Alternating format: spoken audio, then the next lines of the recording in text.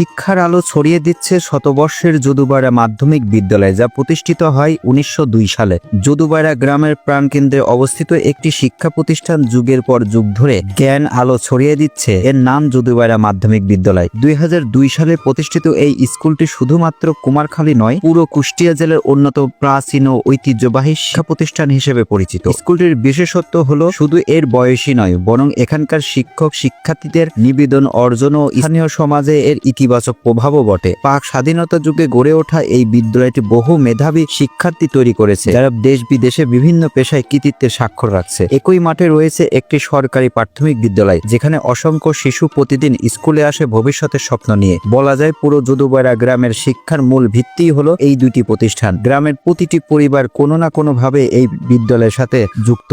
এই বিদ্যালয় শুধু একটি শিক্ষা প্রতিষ্ঠান নয়, বরং এটি যদুবাড়া গ্রামের গর্ব, ইতিহাস ও ভবিষ্যতের প্রতীক। শতবর্ষ পার করেও এই বিদ্যালয় যেন এক উজ্জ্বল দীপ্তির নাম, যেখানে প্রতিটি সকাল শুরু হয় স্বপ্নের নতুন সূর্যোদয়ের।